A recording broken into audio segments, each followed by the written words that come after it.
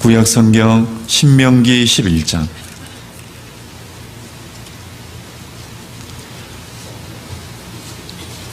신명기 11장 10절부터 12절입니다. 신명기 11장 10절로 12절 말씀 제가 읽어드리겠습니다. 네가 들어가 얻으려 하는 땅은 네가 나온 애굽 땅과 같지 아니하니 거기서는 너희가 파종한 후에 발로 물대기를 채소밭에 댐과 같이 하였거니와 너희가 건너가서 얻을 땅은 산과 골짜기가 있어서 하늘에서 내리는 비를 흡수하는 땅이요 내 하나님 여호와께서 권고하시는 땅이라. 세초부터 세말까지 내 하나님 여호와의 눈이 항상 그 위에 있느니라. 400년을 이스라엘 민족이 가나안 땅에서 살았습니다. 너희가 살았던 이 가나안 땅과 이제 하나님이 약속해 준 너희가 앞으로 얻어서 들어갈 그 가나안 땅은 다르다라고 지금 얘기하고 있습니다. 특별히 이 애굽 땅은 발로 물대기를 하는 땅이다라고 성경은 얘기하는 겁니다. 애굽이란 이 이집트라는 나라는 지금도 마찬가지인데 비가 거의 오지 않습니다. 비가 거의 오지 않는데도 불구하고 그들이 풍성한 그런 소산물을 거둘 수 있는, 농사를 지을 수 있는 이유가 뭐냐면 이 애굽에는 특별히 무슨 강이 있었습니까? 나일강이, 그 굉장히 큰 나일강이 있습니다. 그 나일강의 물을 그들이 이용해서 농사에 필요한 물을 대었습니다. 그때 대표적인 물을 대는 방법이 뭐냐면 수차라는 겁니다. 우리나라를 보면은 이 물레 있잖아요. 물레방아. 그것을 나일강 뚝에다가 물레방아 같은 수차를 만들어 놓고 그것이 사람들이 직접 물레방아를 발로 돌려물로 말미암아 물을 끌어올려 가지고 밭에 물을 대었죠. 그게 지금 애굽 땅이다라고 하나님이 얘기하는 거고, 근데 그와 반대로 이 가나안 땅은 물로 발을 가지고 물을 댈 수 있는 그런 땅이 아니고 비를 흡수하는 땅이다라고 얘기하는 겁니다. 어떤 분들은 이 말씀을 오해해가지고 쉽게 가면 가나안 땅은 비를 흡수하니까 비가 내리면 그대로 물이 빠져나간다. 단순히 그렇게만 생각하는데 그런 의미가 아닙니다. 실은 그 앞에 있는 말씀처럼 산과 골짜기가 있기 때문에 비를 흡수하는 땅이다라고 되어 있잖아요. 쉽게 하면 산과 골짜기다 보니까 비가 오면은 바로 쭉 골짜기로 빠져 내려간다는 그런 뜻입니다. 그래서 이 골짜기를 따라서 자연적으로 수로가 만들어져 있는 거죠. 인공적으로 이 애굽에 있는 것처럼 수차를 가지고 물을 일일이 연못이나 인공적으로 만들어 가지고 물을 대는 게 아니라 이 계곡을 따라서 물이 흘러가니까 그 계곡 수로를 통해서 자연스럽게 밭이나 기타 이 농사 짓는 땅에 물을 댈 수 있었습니다. 그래서 실은 가나안 땅이 더 좋다라고 지금 얘기하는 거거든요. 애굽 땅이 좋다라고 얘기하는 게 아닙니다. 애굽에서는 자기가 수고해서 노력해서 물을 얻어가지고 농사를 짓는 땅이고, 가나안 땅은 하나님이 비를 내려주시는데 그 비가 자연스럽게 흡수되는 땅이므로 조금만 그 물길을 잘 이용하면 자연스럽게 힘 안 들이고 물을 공급할 수 있는 그런 땅이라고 얘기할 수 있습니다. 성경의 애굽은 세상입니다. 어찌 보면 세상에 살아가는 애굽 사람들은 하나님을 의지하는 게 아니라 자기들이 수고해서 나일강을 의지해가지고 농사를 짓는 살아가는 땅이라고 얘기할 수 있습니다. 우리는 구원받기 전에 어찌 보면 자기가 수고하고 노력해서 특별히 어떤 것을 의지해서 그것을 수고한 만큼 얻어가지고 살았을 겁니다. 그러나 구원받은 이후에 그리스도인들은 애굽에 있는 것처럼 발로 물대기를 하는 수고를 통해서 농사 짓는 것이 아니라는 거죠.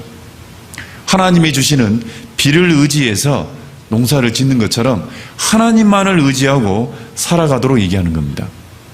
그래서 모세란 사람이 이스라엘 민족을 구원해낼 때 10가지 재앙을 내렸습니다. 그 첫 번째 재앙이 뭡니까?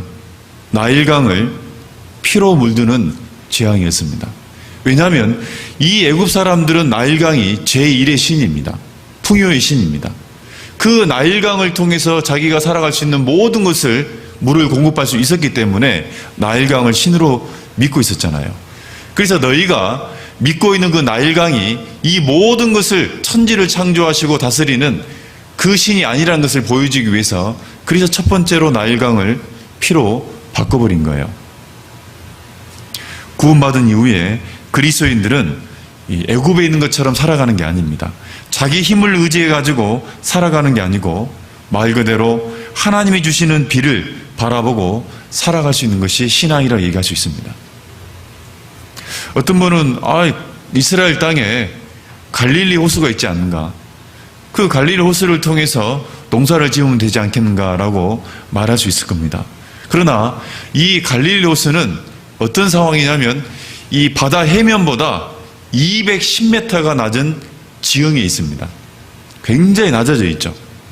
그리고 당시 사람의 능력으로 그 갈릴리 호수 주변에는 대부분 산이 둘러싸여 있습니다.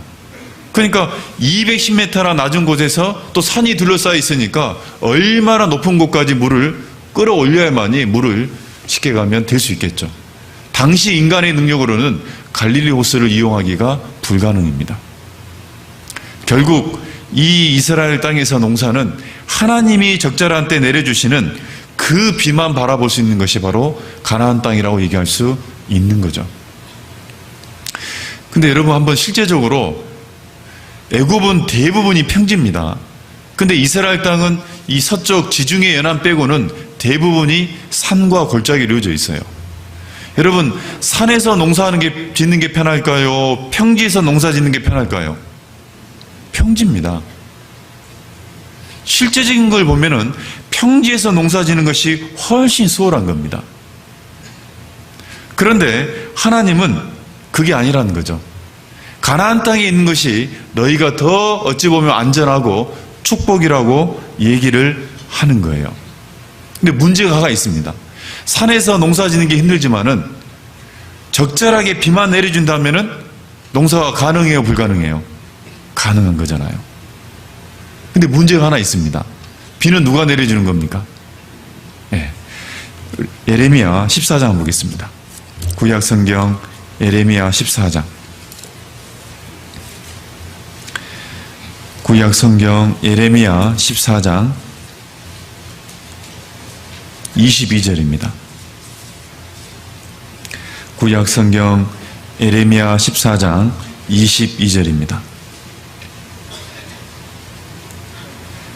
같이 한번 읽어보겠습니다. 열방의 허무한 것 중에 능히 비를 내리게 할 자가 있나이까? 하늘이 능히 소나기를 내릴 수 있으리이까? 우리 하나님 여호와여, 그리하는 자가 주가 아니시나이까?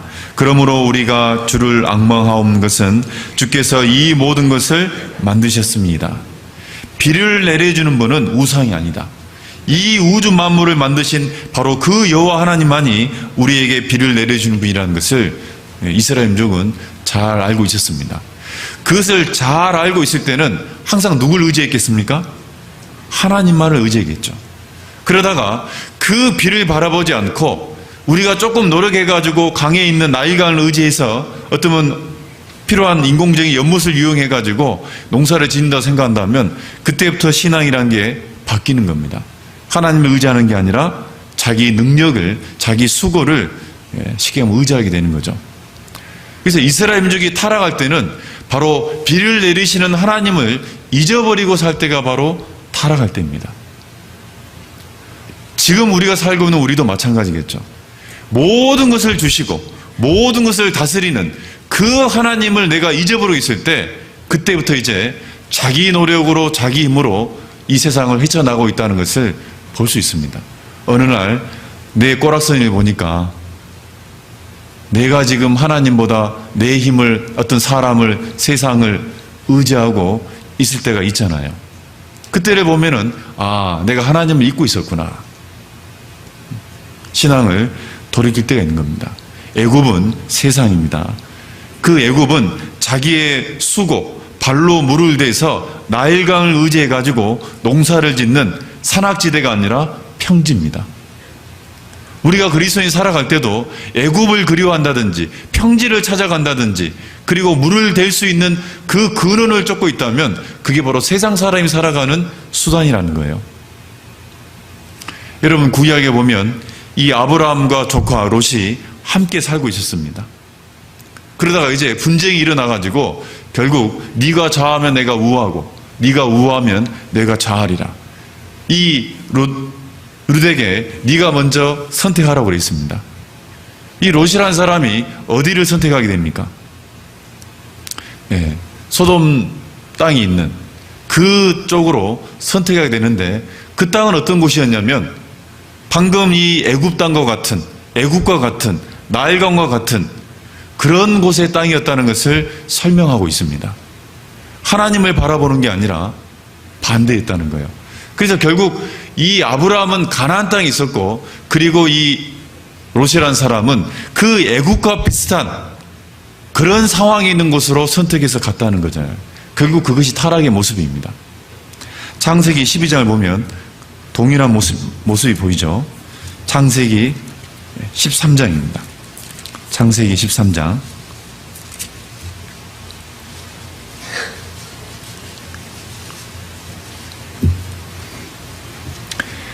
창세기 13장 10절부터 12절입니다. 창세기 13장 10절로 12절. 이에 롯이 눈을 들어 요단들을 바라본즉 소까지 온 땅에 물이 넉넉하니 여호와께서 소돔과 고모라를 멸하시기 전이었고로 여호와의 동산 같고 애굽 땅과 같았더라. 그러므로 롯이 요단 온들을 택하고 동으로 옮기니 그들이 서로 떠난지라. 아브라함은 가나안 땅에 거하였고 롯은 평지 성읍들에 머무르며 그 장막을 옮겨 소돔까지 이르렀더라. 이 롯이라는 사람이 선택한 특별한 모습을 보면은 물이 넉넉했다라고 되어 있는 거예요. 물이 넉넉했다는 것은 비를 얘기하는 겁니까? 강을 얘기하는 겁니까? 강을 얘기하는 겁니다. 나일강처럼. 그리고 그 땅은 애굽 땅과 같았다라고 얘기되어 있습니다. 그리고 이 롯이 선택한 곳은 평지 성읍들, 평지로 이루어져 있는 곳이었다는 것을 설명하고 있어요. 어찌 보면 신명기에 나와 있는 애굽 땅에 애굽 사람들이 농사짓는 그 모든 세 가지 조건을 가지고 있는 곳을 선택한 거잖아요. 그와 반대로 아브라함은 어디에 머물러 있었냐면 가나안 땅에 머물러 있었다라고 되어 있어요. 신앙이라는 게 그런 겁니다. 우리가 살아가면서 구원받은 이후에도 때로는 내가 이 롯처럼 이 세 가지 기준을 가지고 그쪽을 내가 선택할 수도 있다는 거예요. 우리는 하나님을 바라볼 수 있는 그 땅을 항상 생각해야 됩니다. 그래서 이 가나안 땅은 비를 흡수하는 땅이고, 그리고 무슨 땅이라 되어 있냐면 여호와께서 권고하시는 땅이라. 권고한다란 말은요, 이 엄마가 조그만한 갓난아이를 애지중지 보호한다, 이런 뜻이에요. 권고한다. 여러분, 하나님이 우리를 애지중지하게 보호해주는 곳, 그것이 더 안락이고 어찌 보면 편안한 겁니다. 도리어 자기가 수고해가지고 발로 물대는 그 애굽에서 사는 것이 도리어 고통이라는 것을 여러분 알아야 되는 거예요. 그래서 이 엄마가 아이를 눈을 뗄 수 없는 것처럼 여호와께서 가나안 땅, 너희가 들어갈 그 가나안 땅은 항상 여호와가 눈이 주목하는 땅이다. 하나님이 우리를 지켜봐 주는 땅이라고 얘기를 하는 겁니다. 그런데 이 가나안 땅이 그렇게 축복된 땅인데, 그 가나안 땅에도 흉년과 풍년이 있습니다. 가뭄을 통해서 쉽게 하면 흉년이 오기도 하고, 때로는 하나님이 적당한 비를 내려줘 가지고 정말 풍년을 주기도 한다는 거예요. 언제나 하나님이 풍년을 허락하는 게 아닙니다. 구원받은 이후에도 너희가 받은 은혜는 고난도 함께 받을지니라고 되어 있잖아요. 구원받은 이후에 때로는 어려움이 있습니다. 또 때로는 큰 고통이 다가올 때도 있습니다. 주님을 위한 고난이 될 수도 있고, 안 그러면 내가 잘못해가지고 하나님께 징계로서 고통을 받을 때도 있습니다. 이 가나안 땅에 왜 그러면 흉년이 오고 왜 풍년이 오는 거냐? 그건 간단합니다. 이스라엘 민족이 하나님 말씀에 순종하면 풍년을 허락하셨고, 불순종하면은 흉년을 하나님이 허락하신 겁니다. 신명기 11장 보겠습니다. 신명기 11장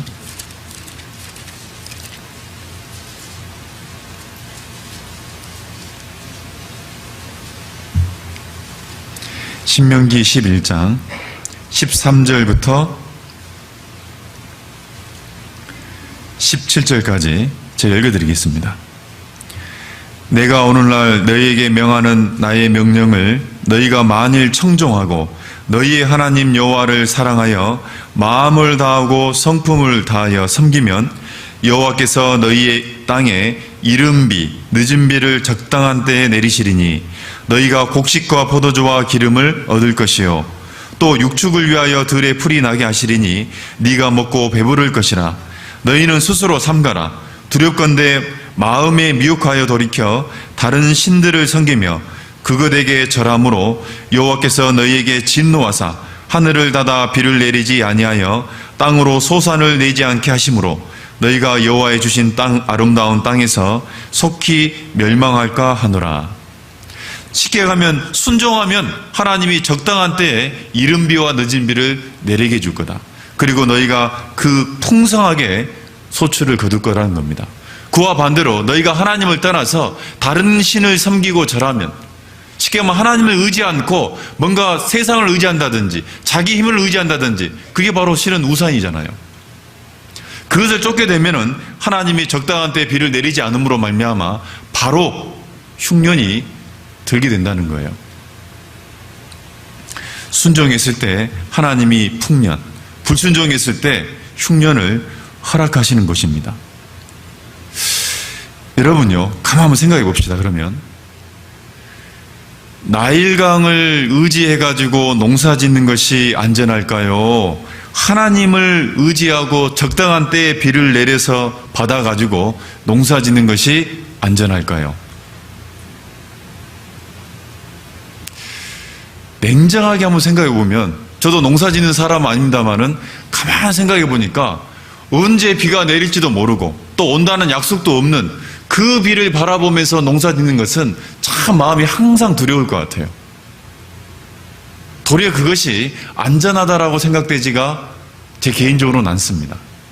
도리어 언제든지 비가 내리지 않아도 내가 조금만 노력하면 나일강에 물을 끌어들여 가지고 농사를 지을 수 있다. 차라리 그것이 더 마음 편하고 안전한 게 아닐까, 이런 생각이 저는 들더라고요. 여러분 생각은 어떻습니까? 아마 제 생각과 더 비슷할지 모르겠습니다. 또 어떤 분은 끝까지 또 자기는 신앙이라고, 그래도 첫 번째가 맞겠지. 근데 냉정하게 우리 육신을 생각해 본다면 막막하게 비를 기다리는 것보다 차라리 눈앞에 내가 조금 노력해가지고 물을 떠다가 쉽게 가면 농사 짓는 것이 훨씬 편한 것 같아요. 그런데 실은 그렇지 않습니다. 왜냐하면 여러분, 농사라는 것은 물만 잘 된다고 농사가 잘 됩니까?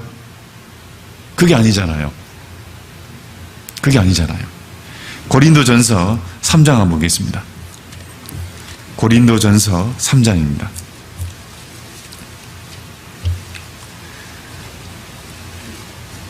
고린도전서 3장 7절입니다. 고린도전서 3장 17절입니다. 7절입니다. 고린도전서 3장 7절 같이 한번 읽어보겠습니다. 그런즉 심는이나 물 주는 이는 아무것도 아니로되 오직 자라나게 하시는 하나님 뿐이시니라. 심고 물 주는 것은 사람의 능력으로도 가능하다는 거예요. 근데 문제는 뭐냐면 그 식물이 자라나게 하는 것은 누구 능력이에요? 하나님 능력이에요.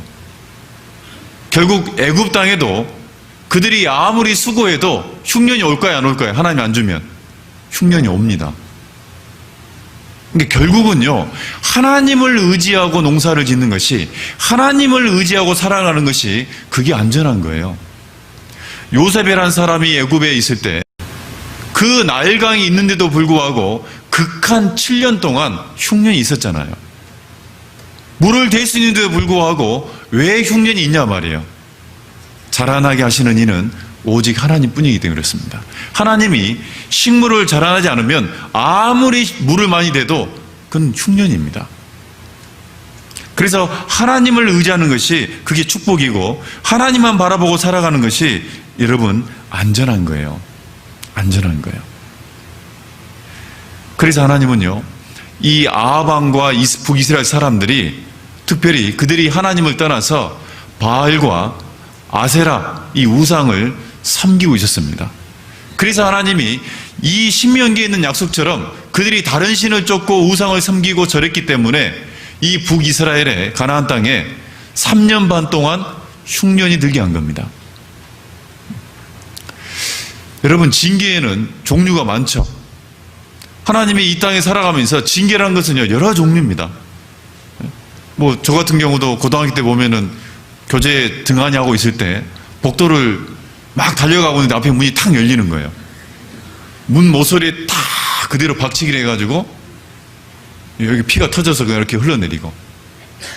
징계의 종류라는 것은 여러 종류인데 왜 그러면 하필이면 아합 왕과 이 이스라엘에게 하나님의 흉년이라는 징계를 줬을까? 다른 징계도 많을 텐데 그 이유는 뭐냐면 그들이 우상을 섬기고 있었는데 그 우상이 뭐였냐면 바알과 아세라 우상이었습니다. 그럼 이 바알과 아세라 우상이 어떤 신이었냐? 이 가나안 땅의 남자 신이 바로 바알입니다. 여자 신이 바로 아세라 신입니다. 근데 이 두 신의 공통점이 뭐냐면 바로 인간들에게 농사를 잘 되게 해가지고 풍요를 주시는 풍년의 신이에요. 그들이 바알과 아세라, 농사를 잘 지어서 풍년을 주게 하는 그 신을 섬겼기 때문에 하나님이 특별히 너희가 믿고 있는 이 바알과 아세라가 진정한 하나님이 아니라는 것을 가르치기 위해서 그래서 징계 가운데 특별히 흉년을 허락한 겁니다. 3년 반 동안. 그 3년 반 동안 흉년을 겪다가 이제 하나님은 징계는 계속 하는 게 아니잖아요. 그들의 마음을 돌이키기 위해서 징계를 주셨고 그리고 때가 되면은 그 징계를 거두십니다. 그때 이 엘리야에게 이제 너희가 비가 오지 않았지만 하나님이 큰 비를 너희에게 내리게 할 거다. 3년 반 동안 그 가물었던 모든 땅을 다시 촉촉이 젖을 수 있는 큰 비를 내리게 하도록 엘리야에게 이제 말씀하십니다. 여기서 한 가지 이제